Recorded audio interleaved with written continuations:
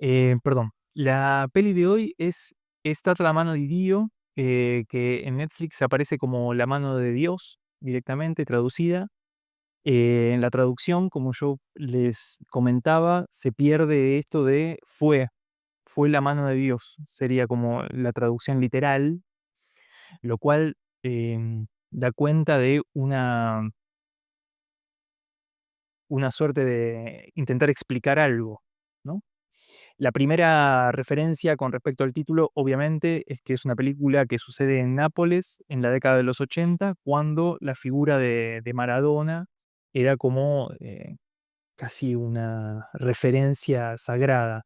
Hay unos extras en Netflix, si lo ven, que es como un cortometraje en el que aparece Sorrentino, el director de la película, contando un poco cómo fue la película, y ahí dice que la relación entre eh, Maradona y, y la gente era una relación muy similar a lo que se ubica como lo divino, dice él, y hace una aclaración muy interesante para mí, que es que dice, Maradona no llegó a Nápoles, dice, Maradona apareció, y la diferencia es muy grande, es muy grande. Hola Leti, ¿cómo andás? Hola, ¿cómo estás? Gracias por todo el material, ¿eh? No, todo bien, todo bien. No, me agradece Leticia porque no se pudo conectar y le mandé la grabación, pero todo bien. Un gusto que te haya podido conectar. Em, entonces, bueno, la figura de Maradona obviamente sobrevuela, aunque probablemente sea la última vez que hable de Maradona, porque lo que pasa pasa de todo menos Maradona es como una excusa, ¿no? En algunos momentos para acentuar ciertas cuestiones que tienen que ver un poco con lo que le va pasando al personaje, ¿sí? A lo largo de la película. Para quien no lo sabe, esto es como una historia basada en la historia de vida del director. El director es Paolo Sorrentino, quien, bueno, le sucede algo parecido a lo que sucede en la mitad de la película, que vamos a hablar en unos minutos. Y bueno, él hizo como una especie de adaptación para contar un poco la historia acá. Sí, Graciela, decime. Esto que vos decías de Maradona, eh, yo había empezado a ver la película y medio como me aburrí al principio, porque viste que es lenta esta cosa, pero bueno, después la terminé de ver porque vos dijiste de mirarla. Y esto que vos decías de Maradona, a mí se me ocurrió, no sé lo que fue, que leí algo esto de también dejar dejar la adolescencia para entrar a ser mayor, y esto de lo mágico, el pensamiento mágico de los chicos, ¿no? Como no hay algún simbolismo en eso. Sí, desde ya. Em, Voy retomándolo progresivamente, pero sí, estoy completamente de acuerdo. Ser como que ni se iba a hablar de Maradona, quería ver si esta lectura que yo lo ubiqué, ¿no? Porque después él se olvida pasa a otro plano. Pero Sí, no, pero yo creo que a lo largo de la película hay cosas que nosotros ya un poco habíamos quedado en la puerta de esto con el final de Lady Bird, en el cual en el final ella está en una iglesia y en la iglesia es donde toma cierto conocimiento de una necesidad de establecer un diálogo desde la distancia con los padres que le permita posicionarse desde otro lugar. De hecho, es la primera vez en toda la película que en el final dice gracias a los padres. ¿Y por qué sucede eso? Es la pregunta que para mí es central, o la pregunta que es quizás la más importante, que es cómo lo que vos traes con respecto a la salida de la adolescencia acontece, ¿no? ¿Cómo? ¿De qué manera? O por qué motivo? Que eso es como un poco lo que vamos a trabajar hoy. una introyección a los padres, ¿no? Sí, Quedar. sí, sí, sí, sí. Sin duda. Pero no quiero como responder de una porque si no, como que spoileo la película. Sí, sí, sí, sí. Pero, pero bueno, si les parece bien, yo arrancaría con el principio de la película. Em, lo tuve que recortar un poquito, no es el principio, principio. El inicio bien de la película es un plano genial de un helicóptero que se va acercando a lo que es la bahía de, no sé si es una bahía, a lo que es la costa de Nápoles como si fuera el punto de vista de Dios, y se escuchan los tuf, tuf, tuf, y se escuchan el ruido del helicóptero, bueno, genial. Es un inicio muy onírico, ¿sí? Hay que tomarlo como algo muy abstracto, que sin embargo tiene mucho sentido, mucho sentido. Pero lo voy a retomar después que veamos el recorte. Vamos a ver el recorte directamente en la secuencia con, esa es la secuencia que tiene que ver con la tía, ¿sí? Que es donde quiero enfocar, que no es el arranque, pero es en el minuto 2 3 de la película. Así que empecemos por ahí, vemos unos 5 minutos y avanzamos, ¿sí? Sì, sì, sì, è proprio lui, il monaco bambino. Vieni qua, vieni, Monaci. Vieni. Ho incontrato a San Gennaro! Mi ha portato dal monacello! È stato lui che mi ha dato le 200.000 lire! Se l'avesse visto veramente il monacello.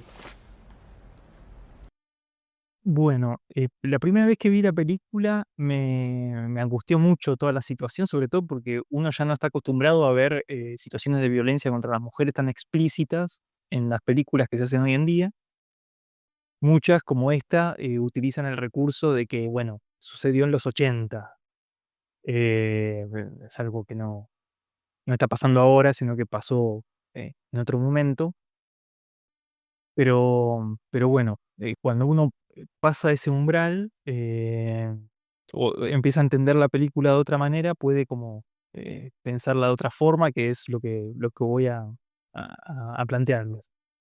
Em, bueno, en general me parece que la secuencia en sí misma es una especie de condensación de todo lo que se ve en la película. Como yo les anticipaba, el inicio de la película es un inicio muy onírico, es decir, es un inicio que se narra de una forma que uno no entiende qué está pasando. Este, como todo inicio del orden de lo onírico, o más bien del orden de lo delirante, si uno quiere ponerlo como en términos más psiquiátricos, em, es algo que uno sabe que tiene un sentido, pero que es un sentido que aún uno no conoce. Uno sabe que hay una verdad que está puesta en esa narración, pero esa verdad todavía es una verdad a la cual nosotros no podemos acceder o no podemos entender. Entonces lo que nosotros vemos es al principio de la película, la tía Patricia está esperando el colectivo y aparece un señor muy particular que le dice: yo soy San Gennaro. Eh, San Gennaro es el patrono de Nápoli, no sé cómo decirles, es como no, la Virgen de Luján en Luján, para que se den una idea, digamos. Hay 18 millones de Gennaros con el nombre Gennaro, varones, en Nápoli, imagínense, es como una figura muy importante. Entonces ya es algo que uno sabe que se escapa de lo racional. Entonces, bueno, tiene todo el lugar, toda esta secuencia que van a esta casona y hay como un candelabro, una araña gigante caída en el piso y está el monjecito y esta señora le da un beso, adesso bace capo del monacello, le dice San Genaro, y ella le da un beso. El monjecito le pone plata en la cartera y después ella llega a la casa. Cuando ella llega a la casa, por lo que le dice el marido, nosotros podemos pensar que lo que acabamos de ver es el marido la trata de prostituta, bueno, se enoja en una situación muy violenta y uno podría pensar que eso que nosotros vimos es una versión desfigurada de algún tipo de situación en la cual ella se prostituyó o que le practicó sexo oral a alguien, por eso le dieron el dinero, que es como lo que te da a entender la película. Y después el padre de Fabio le dice, bueno, no, es que se volvió loca por esto del tema de que no puede tener hijos y demás. Pero eso como resumiendo la secuencia. Lo que yo quería transmitirles es que hay una progresión de la secuencia que nos da cuenta de, primero, un desorden pulsional, un desorden perceptivo, una percepción que no se acomoda a la realidad, una intervención que tiene que ver con el punto de vista de los padres. Vieron que Patricia llama a la madre y le dice: ¿puedes venir, por favor, que me quiere matar?". Bueno, va la madre, y después hay un final de la secuencia que para mí es genial y que nos anticipa toda la película, que es Fabio preguntándole al padre, pero escúchame, por ahí lo vio el monjecito de verdad, ¿por qué nadie le cree? Oh, lo cual es genial, para mí es genial, cuando lo vi y cuando vi el final de la película me pareció genial. Pero bueno, a lo que voy es un desorden pulsional que nosotros ya abordamos como la pubertad, como la irrupción de lo genital en la adolescencia y como la necesidad de que haya un orden de eso y lo que es el proceso que se hace a través de los padres de que eso tenga una cierta organización, ¿sí? Ese es como el orden en el que va la secuencia, que es un poco lo que pasa en la película. En la película pasa un poco lo mismo. Ese arranque enigmático es igual de disruptivo y digamos, de dejarte en una situación desconcertante. De hecho, es difícil arrancar con este recorte para mí porque digo, uno no sé por dónde empezar a explicarlo, pero tiene mucho para decir en función de lo que vamos a ver después, por eso lo tomé. Em, la tía, entonces, es el referente adulto al cual el adolescente recurre sin saber bien por qué. Los padres son estos puntos de referencia que él tiene y lo que surge hay como una pregunta al pasar al final del recorte es algo que dice mucho de Fabio, que es algo que dice mucho con respecto a su verdad y con respecto a cómo él ve las cosas, que es, ¿no será que el monjecito lo vio de verdad? Genial. Bueno, ya sé que no tiene sentido, perdón. Los que no vieron la película deben estar pensando, ¿qué está diciendo? Pero bueno, prometo que vamos para algún lado. Em, Les decía, entonces, el tema de hoy es la sublimación. Em, la sublimación que nos quedaba como pendiente pensar, voy a tomar algunos recortes como para ir organizándonos con respecto a conceptualmente de qué hablamos cuando hablamos de eso, ¿sí? En 3 ensayos sobre la teoría sexual infantil, un texto muy importante de Freud, eh, muy retomado infinitamente, porque remite mucho a la cuestión evolutiva, ¿no? Nosotros estamos hablando de la adolescencia y es un texto en el cual Freud habla mucho de este tema. Él se refiere a la adolescencia como la pubertad y dice lo siguiente, dice: "Los historiadores de la cultura parecen contestes en suponer que mediante esa desviación de las fuerzas pulsionales sexuales de sus metas, vieron que a lo largo de toda la película, eh, Fabio está muy atraído sexualmente por la tía. De hecho, en el recorte que vimos recién estaba muy claro.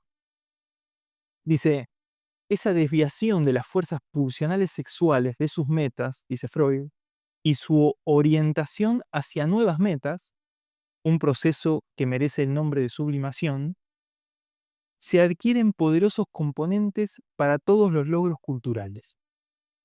Entonces, lo que nosotros vemos a lo largo de la película, quienes la vieron ya irán entrando en tono, tiene que ver, no, digamos, no se trata de la sexualidad manifiesta que pueda tener con la tía, sino de lo que ese movimiento deseante implica y sobre todo de lo que pasa cuando no puede tener sexo con la tía.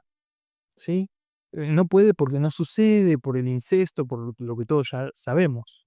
Hay una cuestión que es una cuestión central dentro de la sublimación, que es la imposibilidad. Cuando se da una imposibilidad, esa energía erótica se destina en otra dirección, que Freud ya nos anticipa, eh, va a ir en el sentido de lo cultural. Un poco, no siempre es así, digamos, no todo el mundo se dedica a la cultura, pero en Freud hay como una fuerte impronta de la sublimación en función de la cultura, que es un poco sesgada a veces, me parece que la sublimación es algo mucho más amplio, pero en este caso se aplica perfectamente, en el caso de Fabio, en el caso de Pablo Sorrentino. Lo que nosotros vemos es entonces, hay una cuestión que tiene que ver con la sexualidad, que tiene que ver con una imposibilidad y que tiene que ver con a dónde va eso que no puede tener ese cauce. Dicho de una forma completamente literal, ¿qué pasa con Fabio a partir de que no puede estar con la tía? ¿sí? A partir de que no puede estar con la tía. Hay muchas secuencias dentro de la película, infinitas. Para mí fue un martirio pensar qué secuencias dejar afuera. Yo quería poner la película entera y empezar a comentar secuencia por secuencia, pero no se puede, ya sé. Y, y bueno, la verdad es que la secuencia de los padres, para quienes no sepan, los padres de Paolo Sorrentino fallecieron en un accidente por una pérdida de monóxido de carbono. Hay como toda una secuencia donde, bueno, se ve la última noche en la cual una recreación de la última noche en la cual los padres se van a dormir y bueno, lamentablemente después sucede que mueren, se los llevan a la guardia, los hijos quieren ver a los padres y no se lo dejan ver. Em, Voy a decir otra cosa importante, además de esto, antes que pasemos al siguiente recorte, que tiene que ver con que hay un tema que es central dentro de la película, que está desde el principio hasta el final, que tiene que ver con la cuestión de ver, ¿sí? Dicho en la clave de lo que acabamos de ver, la tía es quien ve eso que los demás no ven. La tía es quien ve eso que los demás no ven. Y eso es clave en función de lo que va a pasar y de lo que vamos a ver ahora. Eh, la película es medio bajón. Yo no sé si a alguien le agarra. Yo estoy reclutando gente para que vea la película desde hace meses, desde que la vi, y yo no sé si les pasó, pero me dicen mucho, sí, todo bien la película hasta que se mueren los padres. ¿Qué pasó? ¿No? O sea, después esto es un embole. Y bueno, mucha gente se baja de la película. Eh, Para mí empieza ahí. claro, sí. Es que la película está contada desde ese evento. La película, todo lo que pasa antes y lo que pasa después está contado en función de pasar por ese punto. En función de pasar por ese punto. Acá es donde, en la muerte de los padres, es donde encontramos el segundo, lo que podemos ubicar como el segundo punto de significación con respecto de qué se trata el título de la película. Cuando nosotros decimos, es la mano de Dios, fue la mano de Dios. Claro, uno no entiende bien solo si se refiere a lo de Maradona cuando empieza a pensar que en la fuga de monóxido de carbono hay algo del orden de lo invisible, algo del orden de lo misterioso, de lo accidental. Pero en la película está mucho más explicitado con respecto a que Maradona jugaba ese fin de semana en Nápoles y los padres se fueron a una cabaña que quedaba en Roca, Roca, no me acuerdo el nombre de una ciudad cerca de ahí, a media hora de Nápoles, y como Maradona se quedaba, Fabio no se fue con los padres. Y como Fabio no se fue con los padres, entonces se salvó de morir, ¿no? Sorrentino ha dicho muchas veces que Maradona le salvó la vida. Entonces, esta cuestión de la divinidad, una, en Maradona como una formación intermedia con lo divino, es algo que remite a estas cuestiones que muchos ubican en función de Maradona me salvó la vida. Son cosas en las cuales la gente cree, digamos, independientemente de si eso para uno tiene sentido o no. ¿Sí? Eh, Pues, esto sí, que decís, que ahora que dijiste la gente cree, creo que también todo lo que le pasó a Maradona, más allá de, bueno, de su infancia, las cosas que tuvo, una de las peores cosas que le pasó, que él también, la gente le hizo creer a él que era un dios. sí, Y sin duda, sin duda. así que muy fuerte habrá sido ser él, poder vivir con esta carga, ¿no? Es mucho para un cuerpo. Por eso. Pero bueno, si les parece bien, estuve hablando mucho. Vamos a ir al recorte de después que se mueren los padres, ¿no? Si les pongo el recorte que se mueren los padres, es un garrón. Ya se los conté, listo, ya está. Vamos, después que fallecen los padres, que todo el mundo le dice Maradona te salvó la vida, ¿no? Y que podemos entender que fue la mano de Dios, es algo más allá de la referencia a cuando hace Maradona el gol con los ingleses. Lo que vamos a ver ahora es un momento que sucede después de la muerte de los padres, que es un momento en el cual Fabio va a ver a la tía. La tía está internada en un psiquiátrico. Y me parece que lo que sucede ahí nos permite avanzar con este tema y saltearnos este paso incómodo de la tragedia, ¿sí? Así que pongo el siguiente recorte. Il regista di film. Questo vorrei fare. Nada, una literalidad tremenda con la letra freudiana. Es como prácticamente una ilustración de lo que trabajaba Freud con respecto a la sublimación. Yo les decía anteriormente que la tía era alguien que veía en sus delirios, uno podría pensar, eh, eso que otros no ven. Bien. Lo que ahí se da es una conversación entre ellos donde la tía le pregunta, bueno, vieron que hay una serie de secuencias, ¿no? Con respecto a lo que pasa después de la muerte de los padres, qué pasa con la baronesa, ahora después vamos a ver la secuencia de Capuano, este señor con el cual él se encuentra. Pero en esa secuencia con la tía, es la primera vez que él, digamos, enuncia algo que en principio es una idea loca, le dice a la tía, y la tía con mucha gracia le dice, ah, bueno, entonces estás hablando con la persona justa. Pero no solo está hablando con la persona justa en el sentido de que ella hace referencia a que está loca, sino que está hablando con la persona justa en el sentido de que hay una dialéctica entre él y la tía. Me explico. La tía, que hasta ese momento era alguien que hacía ver a otros lo que otros no veían, en el sentido de que contaba cosas, lo del monjecito, por ejemplo, que eran cosas que no sucedían, funciona de alguna forma como una especie de modelo, en el sentido de lo que él propone. Él dice, yo quiero ser director de cine. Ser director de cine es justamente hacer ver a los otros cosas que los otros no ven. Es decir, es crear un mundo en el orden de la imagen y del audiovisual que permita compartir un sueño, una ensoñación, si se quiere, a veces cosas medio delirantes.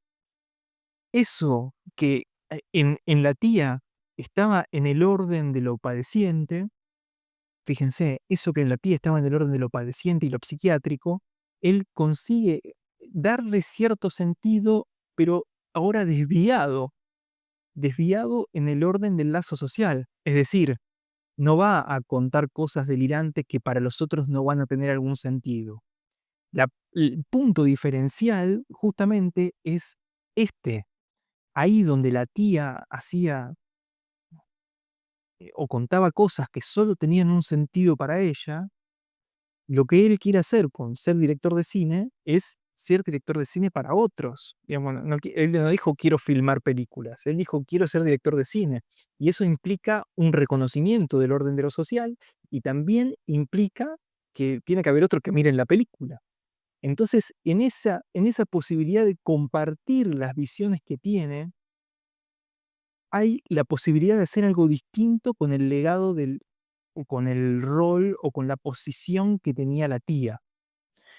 La película está llena de parientes, es espectacular la escena del almuerzo, que es larguísima, pero yo no la puedo poner acá entera, que es una secuencia espectacular. Pero dentro de la familia, sí, gracias. Sí, perdón, por ahí soy pesada que pregunto, pero me quedo con cosas que me...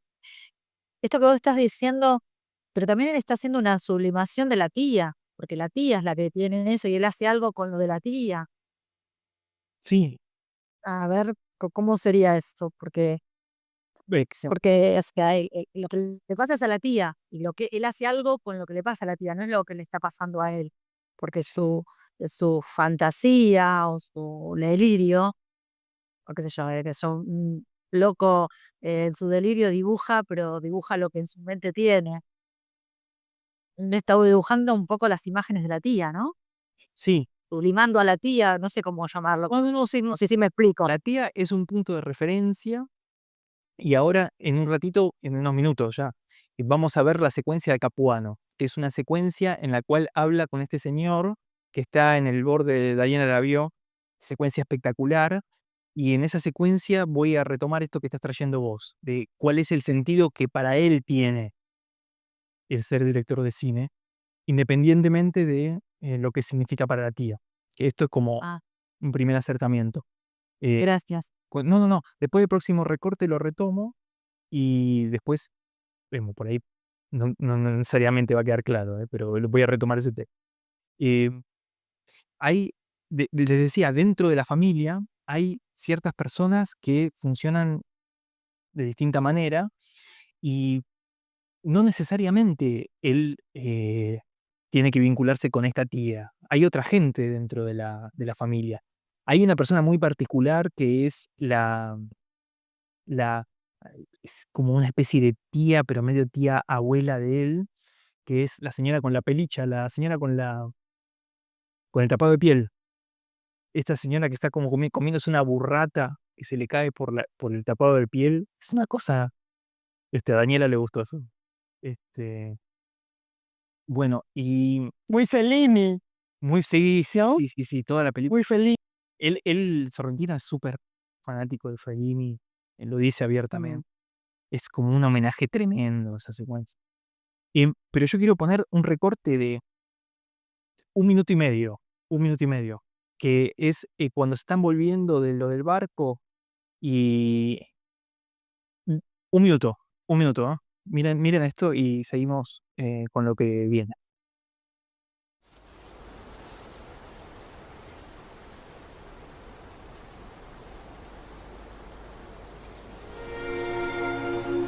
Non mi guardare, non c'è niente da guardare.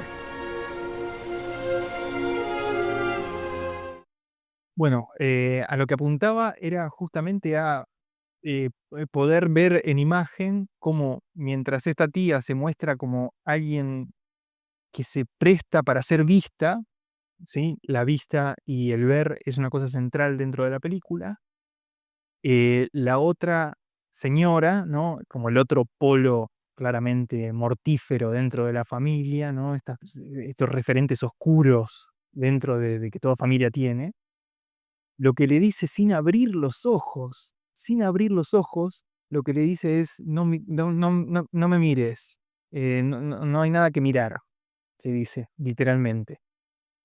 Genial, genial. Es como la expresión más clara a lo largo de toda la película de qué lugares dentro de la familia son los lugares que le permiten una una salida con respecto a un saber hacer con lo pulsional, un saber hacer con el ver, y qué lugares dentro de la familia no. Eso se da en todos los adolescentes. Los adolescentes siempre encuentran los resquicios o siempre un tío, un amigo del padre, esos lugares por donde algo de lo que realmente los convoca tiene un cauce. Y eso es justamente lo que pasa con Fabio. Pero nada, tenemos pendiente una cosa muy importante que es lo que dice Graciela, que es, bueno, ¿qué sentido tiene para él esto? ¿Qué sentido tiene para él el ser director de cine? O ampliar un poco por dónde va esto, que es lo que claramente se relaciona con el tema de la sublimación, ¿no? Con el hacer de la tragedia algo deseante, algo que construya en el orden del lazo social. Eh, ¿Alguien quiere decir algo?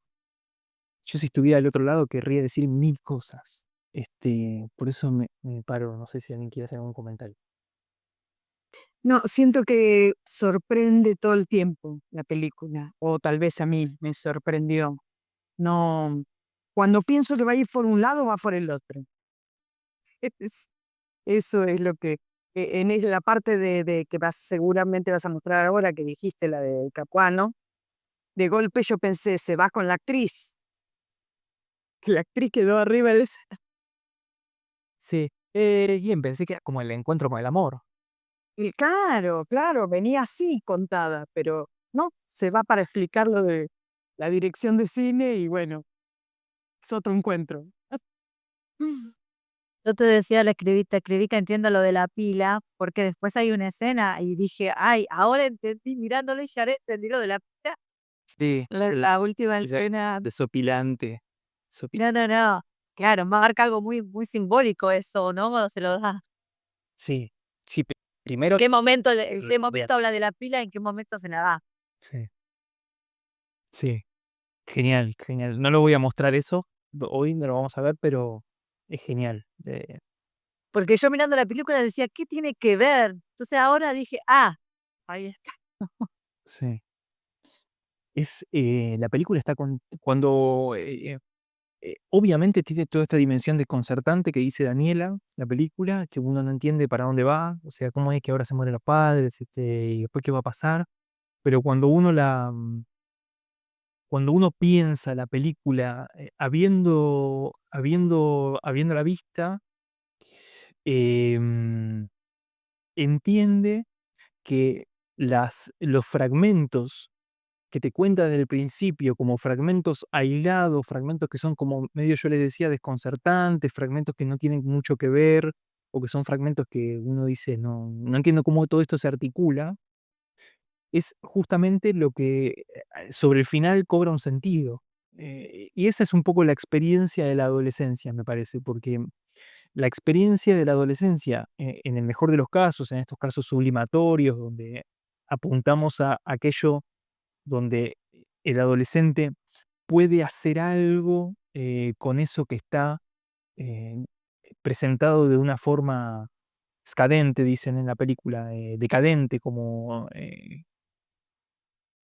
que va para abajo, es en esa posibilidad de reunir lo fragmentado que uno entiende al orden de la sublimación. Eh, eh, lo estoy diciendo medio complicado. Hay una posibilidad en lo que él hace con respecto a ver y lo que hace con respecto a la profesión que quiere elegir, que tiene un ordenamiento con respecto a la fragmentación de lo que él vive, a la fragmentación de lo que él vive como en la angustia y a la fragmentación de una realidad que se deshace, la realidad de la familia, del grupo al cual él pertenecía. Entonces, en ese esfuerzo que yo les decía que queda del lado del adolescente por dar un sentido a eso que no lo tiene, es donde se ven los pingos. Es donde efectivamente el adolescente queda expuesto a las propias limitaciones, a la propia posibilidad de reorganizar eso que estructuralmente no le da sentido con respecto a su verdad, pero que solo puede ser reorganizado en función de encontrar una verdad subjetiva con respecto a lo que quiere del mundo. Eso es muy complejo. Y me parece que en la película está muy forzado a través de la tragedia. Es decir, cuando mueren los padres, él se ve obligado a encontrarse con un mundo que hasta ese momento le era protegido, ¿no? Siempre estaba con el padre y con la madre, un pibe con pocos amigos, que el padre le compraba el abonamento para ir a ver a Maradona al Napoli. Estaba en una comodidad en el principio de la película que después cuando mueren los padres se caga. Pero bueno, Perdón, Nazareno, a propósito de esto, iba a volver quizás a lo de la muerte de los padres al final, pero ya que lo mencionaste, pensaba en esto que veíamos el otro día del duelo por los padres de la infancia. Digo, ese duelo que veíamos como simbólico en otros casos, acá es como que cobra una dimensión real. Y, pensaba eso y pensaba también en una escena bueno, que no hemos visto, pero que me pareció interesante, que él está charlando con la mamá en una ocasión que el papá se va de la casa. Y entonces recuerdan cosas de otras veces en las que no estuvo el padre, ¿no? Y la mamá le dice algo sobre, o él le dice, bueno, porque papá iba a trabajar a Milán y vos me dejabas dormir en tu cama. Y la mamá le confiesa esto de que, bueno, quizás no iba a trabajar a Milán, ¿no? En referencia a esta medio familia paralela que tenía. Em, Y me recordó un poco la escena que vimos en el caso de Mujeres del siglo XX, cuando la mamá le cuenta sobre cómo conoció al papá, ¿no? Y esto que vos decías sobre la verdad que el adolescente descubre de los padres, ¿no? Y de la historia de los padres. Esa familia, yo también me quedé un poco pensando en esta armonía, ¿no? Porque se veía como una relación bastante armónica al principio de él con sus padres y de los padres entre sí, hasta que empiezan como a salir estas cositas. Eh, y bueno, un poco como que el otro día que te comentaba que lo había visto y me quedé pensando en esta clave de lo que habíamos visto en las películas anteriores. Siento que igual la tengo que volver a ver para ver en otras claves, ¿no? Pero bueno, nada, eso. No, no, no, espectacular lo que dijiste. Si falta un día, te llamo para que des el curso, porque es exactamente lo que tenía anotado para más adelante. Hay una muerte de los padres que es la esperable. No te enojes, que te halago. Hay una muerte de los padres que es la esperable, que es la muerte en el orden de lo simbólico. La muerte real, dirían en el mundo del lacanismo, la muerte en lo real de los padres es una muerte que fuerza un trauma para el cual él claramente no está preparado. Nadie está preparado, pero él menos por la condición de, de inmadurez en la que se encuentra, porque lo que se espera o lo que sería lo más mejor, es que cierto orden de la muerte simbólica de los padres en la adolescencia sea el preludio de la muerte real de los padres en la adultez. Entonces, la sustracción de la posibilidad de asimilar esa separación de forma progresiva es lo que de alguna manera se vuelve tan traumático para él. Está buenísimo que lo traigas ahora. Mejor hablar de esto ahora. ¿Sabés qué, Nazareno? Perdóname, hay una escena que él está hablando con este amigo que conoce, que están en el agua, y le pregunta por el padre, y a él le da vergüenza la falta.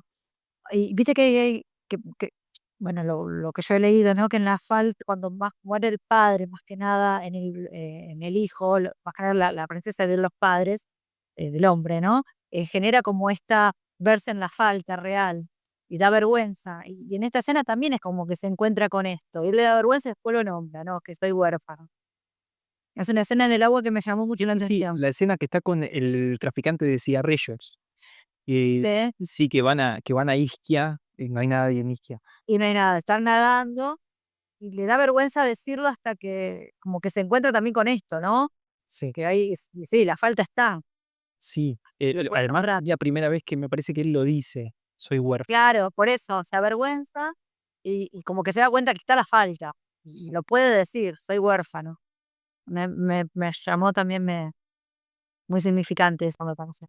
Bueno, la verdad que me pone muy contento los comentarios porque no sé si es que eh, a ver, me estoy sintiendo como que los obligo a que les guste la película, pero bueno, lo que dice Denise me parece como completamente en sintonía con lo que estamos viendo y con lo que de alguna manera se presenta en la peli. Igualmente con lo que señala Graciela, que es algo que ahora voy a retomar después del recorte también, eh, en función de lo que vamos a ver con Campoano, porque me parece que hay algo con respecto a este chico que, que, que, que es importante señalar. Bueno, vamos con un recorte más y avanzamos. Non ti disunire, Schisa. Non ti disunire mai. Non lo può permettere, Che significa? Perché? perché non ti hanno lasciato solo. T'hanno abbandonata. Espectacular. A veces me siento medio masoquista pensando que vería esta secuencia 500 veces, pero bueno, es la verdad. Acá se confirma un poco lo que yo ya les venía anticipando con respecto a la cuestión de ver. Hay un momento que Capuano le dice, ¿qué me está mirando? Y él le dice, ver es lo único que sé hacer. Eh, Y de alguna manera lo que ellos hablando a lo largo del recorte nos pone en sintonía con esto que ya veníamos anticipando y con lo que ya planteaban muy bien Graciela y Denise, que tiene que ver con, por un lado, cuál es el sentido para él, decía Graciela, de ser director de cine, más allá de la tía, cuál es la verdad pulsional que lo motoriza. Y la respuesta a eso es la misma que la posibilidad de pensar cómo atravesar eso traumático que tiene que ver con la muerte de los padres, que nos señalaba Denise, que es su propia forma de atravesar eso a través de la sentencia: cuando se murieron no me los dejaron ver, ¿sí? Ahí entendemos que la cuestión de ver es la posibilidad de asimilar eso que es del orden de lo traumático, ¿no? Podría haberse traumatizado con cualquiera de las cuestiones que nosotros vemos en la secuencia del pronto soccorso, que es tremenda, la secuencia cuando llega con el hermano a la guardia, todo traumático. Sin embargo, para él lo traumático era eso, era que cuando se murieron no se lo dejaron ver. Y eso obviamente está conformado dentro de todo un conglomerado del film que desde el principio te pone en la sintonía de aquello que se ve y aquello que no se ve. Y la posibilidad de hacer ver a otros eso que para otros es invisible, que era la posición de la tía, ¿no? Y cuando la señora lo hace, la señora mayor, yo no me acuerdo el nombre, perdón, le hace Varones. cepillar el pelo y bueno, tener relaciones con ella, también le hace hacer o aprender a hacer algo con eso que él ve, pero ella le hace hacer algo. Ahí hay una posibilidad de hacer algo con eso, porque también le dice pensá en otro o imagínate otra mujer. Sí, O sea, se está imaginando, pero está haciendo, me parece.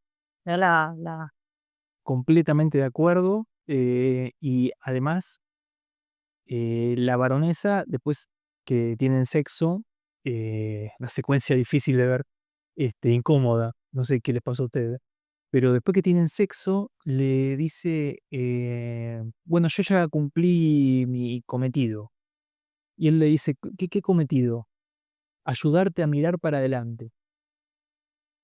Ayudarte a mirar. y por eso, es como que sí, está buena la escena, más que allá que era difícil de ver, es verdad, incómoda. Cuando yo vi la película me gustó mucho, pero cuando la empecé a ver en la clave de entender el sentido pulsional de la película, dije, ah, no, esta es otra película que está espectacular, que sucede al mismo tiempo y que tiene que ver con todos esos fragmentos que él organiza, que nosotros vemos organizados desde su función, ¿no? Eh, para mí es genial desde todo punto de vista. Eh,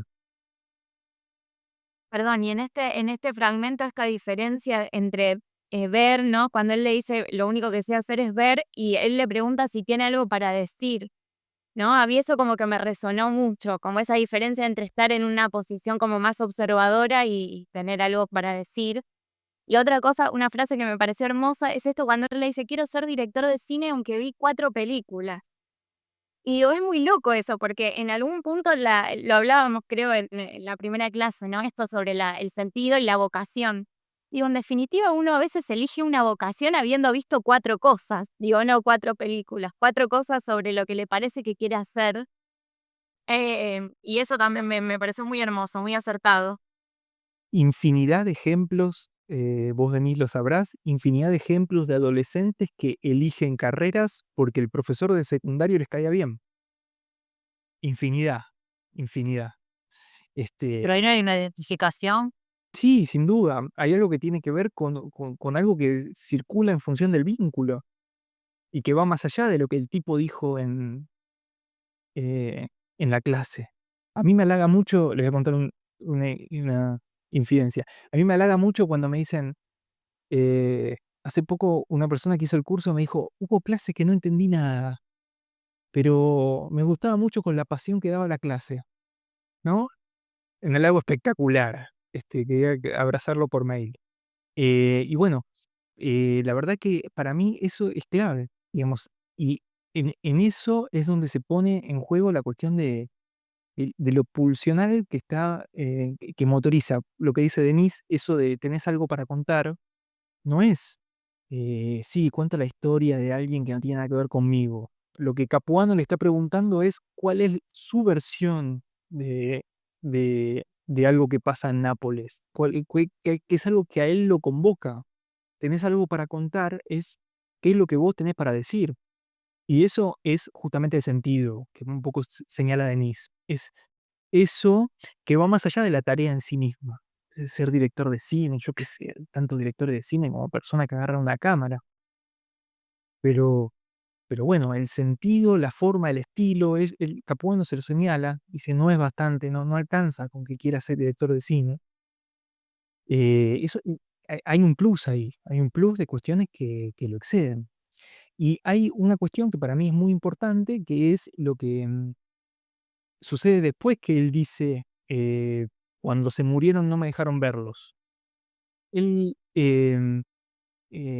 Capuano enseguida le dice, non ti disunire, le dice, no te desarmes, no te fragmentes, no te desunas. Y claramente a lo que lo está apuntando es a algo muy en el orden de la intervención, en el sentido de algo que no tiene un sentido claro, sino que es un sentido a descifrar por quien está oyendo eso, ¿no? Esto pasa mucho en análisis, que las intervenciones no son a una cosa clara, concreta, sino que apuntan a la ambigüedad del discurso. Ese non ti disunire, cuando Fabio le pregunta qué significa que no me derrumbe, que en el subtítulo aparece como no te derrumbes, eso, bueno, él le dice, tus papás no te dejaron solo, como él dice que lo dejaron. Tus papás te abandonaron. Sí, Claudia. No, a mí me llamó la atención a lo largo de la película mucho el tema de que el muchacho está en un ambiente que es el de Nápoles y el de su familia, pero él, hay muchos signos de que él está más cultivado, de que él le hace citas. em, en un momento la mamá explícitamente le dice, muchas veces no te entiendo. Dicen en la película que va al liceo clásico, que es como uno se ve en literatura. Claro, es como ir acá al Buenos Aires o algo así, ¿no? Y mm, hay algo ahí, ¿no? También del orden de ver y comprender. Y también me llamó la atención en este diálogo con el director, tomando lo que decía Denise antes, que concuerdo, que es esta materialización brutal, trágica de la pérdida de los padres, ¿no? Eh, el director le dice, en definitiva, siempre vas a volver al origen. ¿Para qué te vas a ir a Roma? Y siempre la historia que vos vas a contar, siempre va a estar acá, va a tener que ver con esto, ¿no? Como que hay algo ahí también, eh, no sé cómo entenderlo desde el punto de vista de la sublimación, pero creo que hay un proceso ahí, ¿no? Como de distanciarse para después al final reconocer, que es un poquito lo de Lady Bird, que al final es adopta el nombre que le pusieron los papás y le dice mamá, ¿no? Pero recién cuando se distancia. Bueno, acá también, ¿no? Los pierde y es impactante también que su trauma, como vos decías, Nazareno, sea que, que no los pudo ver, que al final no los pudo ver. Es que justamente la sublimación circula alrededor de eso, alrededor de eso que no se concreta. Es eso que no se concreta con la tía en la sexualidad y es eso que no se concreta con los padres en la muerte. que es no los pudo ver. En tanto no los pudo ver, y en tanto que él tiene todos estos recursos que vos señalás muy bien con respecto a estos recursos simbólicos del lenguaje y que se nota que es un pibe que tiene facilidad para eso, en tanto que eso no sucede, es que puede suceder otra cosa. De eso se trata la sublimación y tiene como un rasgo central cierto orden de reunión. Por eso para mí tiene tanta pregnancia con este tema la cuestión de lo religioso, no lo religioso de la doctrina, me refiero a lo religioso de lo que reúne, de lo que religa, de lo que rearma. Esta cuestión de lo religioso es profundamente central dentro de la película, porque eh, si se quiere es lo más misterioso. En la película está siempre circula alrededor de la figura de Maradona. Por ejemplo, cuando en el peor momento de la pelea con los padres, en el peor momento de la pelea con los padres, cuando él ya está temblando con ataque de pánico en la cama, llama un colega del padre y le dice, vamos a comprar a Maradona, ¿no? Como si fuera una especie de intervención todo el tiempo que del orden de lo misterioso, la figura de Maradona. Entonces, por eso me parece que él lo ubica como este interlocutor, digamos, con lo divino. Pero para mí hay una cuestión que tiene que ver con esto, con la cuestión de esta posibilidad de reunir, ¿no? Esta realidad fragmentada, esta realidad que Capuano, como vos señalás, dice, al final volvés siempre acá. Esto es todo una frustración, un fracaso, es toda una realidad decadente.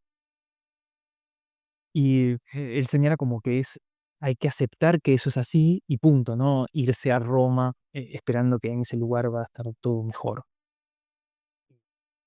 Roma y Nápoles están cerca, digamos, como donde van los chicos a estudiar. Pero él le dice huir. No te Le no, dice, no, que esto es huir. ¿no? huir, sí, sí, sí, sí, sí, sí, sí. Una fuga, le dice literalmente. Sí, sí, sí. Es muy interesante. A mí todo lo que dice, cuando él, para mí, me interpeló mucho cuando Capuano le dice, tus papás no te dejaron solo, te abandonaron. El, el abandono, tema espectacularmente trabajado por Agamben en Homo Sacer, un libro que no me canso de recomendar. Creo que ya se lo recomendé a alguien, ¿no? Sí. ¿Qué quiere significar con eso? No te abandono. ¿Qué le quiere significar a él, Pico? Bando, en la palabra bando, em, él- Fabio, primero dos cosas antes. Primero, Fabio, cuando le dicen no te disunire, Fabio, cuando te dicen no te derrumbe, Fabio, él le dice, todos me dicen Fabieto, como Fabiancito. Y el otro le responde, es hora que te hagas llamar Fabio, como diciendo, escúchame, no te queda mucho tiempo para andar boludeando, ¿no? Ya tenés que hacerte cargo de tu vida. Y acto seguido le dice, no, pues mis papás me dejaron solo, dice un equivalente, Fabio, y él le dice, no te dejaron solo, te abandonaron. A esto iba. Cuando la palabra bando significa al mismo tiempo, estoy haciendo como una degradación de Agamben, que me perdone Agamben, ¿no? Bando significa prohibición, es decir, un bando es como un edicto que marca, por ejemplo, un presidente o alguien que hace una prohibición verticalista hacia abajo, quien tiene el rol soberano, diría Agamben. Y es al mismo tiempo que la palabra bando significa un edicto o una prohibición, significa también en el mismo movimiento un agrupamiento, ¿sí? Un agrupamiento, es decir, una facción, un bando, una familia, por ejemplo. Cuando el tipo le dice te abandonaron, es decir, que lo expulsaron del bando, le está diciendo al mismo tiempo que ya no existe su familia, porque no están los padres, pero en el mismo movimiento tangencial, le está diciendo que tampoco hay una prohibición sobre él. Y cuando se suspende la prohibición, es que él tiene la posibilidad de hacer otra cosa, pero es una otra cosa que puede hacer en tanto no se fragmente, en tanto no se desuna. Por eso lo primero que le dice es, no te derrumbes. Entonces, para mí, pensar que lo abandonaron es muy distinto de pensar que lo dejaron solo, porque pensar que lo abandonaron es también pensar que sobre él están retiradas las prohibiciones de ser un adolescente hijo de sus padres. Es decir, que lo que Capuano le dice, no te abandonaron, apunta a la potencia de lo que él está viviendo. No apunta a la impotencia de me dejaron solo. Me dejaron solo es una frase impotente en el sentido de, no, nada, estoy solo acá. Vieron que los adolescentes dicen esto, no, no, estoy solo acá en casa. Eh, no sé si entiende la diferencia, que es muy grande para mí. Sí, Leti. Está perfecto, me encantó lo que acabas de explicar, porque la figura del abandono se interpretaba como que era algo voluntario, porque hay mucha gente que se enoja cuando los padres se mueren, porque siente que realmente lo dejaron solo, lo abandonaron, y acá está tomado como un hecho justamente que implica el nacimiento de una nueva etapa con libertad, digamos, de ese rol de hijo. Em, Me parece eso a partir de una muerte real o de una muerte simbólica también, ¿no? Que puede ocurrir cuando la imagen, cuando uno deja de ser hijo, digamos. Sí, sí, me encantó. Bueno, y Grande, pájaro. Que totalmente infantil, irresponsable, nada que ver. De ahí parece el adulto el chico, no sé si digo responsable porque pareció con el diálogo que tienen cuando se saludan que él se tira al agua, el hermano más grande, en el muelle. sí, y, a- eh, nada, nada, completamente de acuerdo con lo que dijo Leti recién. Y, y lo que pasa es un poco familiarmente cómo eso lo fuerza. Para mí hay una cosa genial que sucede después del velatorio, que sucede ahí, que después se van a ver a Maradona cómo está entrenando, está tirando tiros libres. Y el hermano le dice, ¿sabés qué es esto que hace Maradona? La perseverancia. Yo nunca voy a tener perseverancia. Y si bien el hermano queda como en esta posición que señala Graciela muy bien con respecto a lo melancólico de la pérdida, no, yo quiero pensar en hacerme porros y salir con mis amigos, evidentemente también hay un nivel de aceptación con respecto a sí mismo, que hasta antes de la muerte de los padres él no tenía. Y bueno, la secuencia de la hermana cuando sale del baño, un personaje cuando está en el velatorio y dice, ¿y tu hermana vino? Sí, sí. ¿Y dónde está? Fue un ratito al baño, dice. Eso me pareció genial, es genial. Bueno, como un paso de comedia dentro de la tragedia de la película. Pero esto que señalaba Leticia recién con respecto a esto que acontece en la secuencia de Capuano, evidentemente nos pone de cara a lo que es para mí el punto más misterioso o donde uno entiende efectivamente dónde es que uno puede pensar que fue la mano de Dios, digamos. Creo que ya un poco lo dije, pero lo voy a repetir. Fue la mano de Dios es justamente para mí, apunta a esta cuestión que tiene que ver con la operatoria inconsciente, porque la operatoria inconsciente por la cual tiene lugar la sublimación no es algo que pueda ser programado. Nadie le puede decir a un adolescente, bueno, ahora entonces estudia programación. Y ahora los adolescentes le dicen, tenés que estudiar computación porque es la carrera del futuro, qué sé yo. Bueno, y el adolescente se queda mirando así, como diciendo, bueno, sí, pero no me gusta la matemática. Entonces, a lo que me refiero es que la operatoria inconsciente por la cual se logra un sentido inconsciente, no es algo que pueda ser programado en el sentido de que no puede ser algo que pueda ser previsto. Esto es probablemente la dimensión que hace que la película sea más confusa al principio.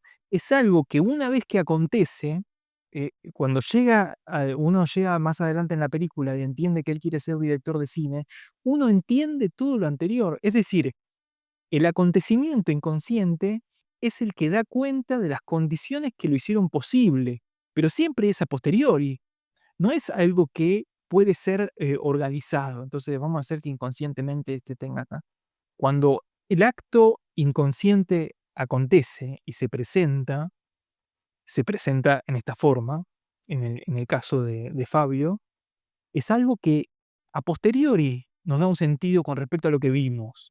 Por eso la película tiene otra dimensión tan distinta cuando uno vuelve a verla, porque uno entiende todas esas migajas de pan que le dejaron en la narración, incluido lo de la tía del principio, ¿no? Que ahora tiene un sentido completamente distinto.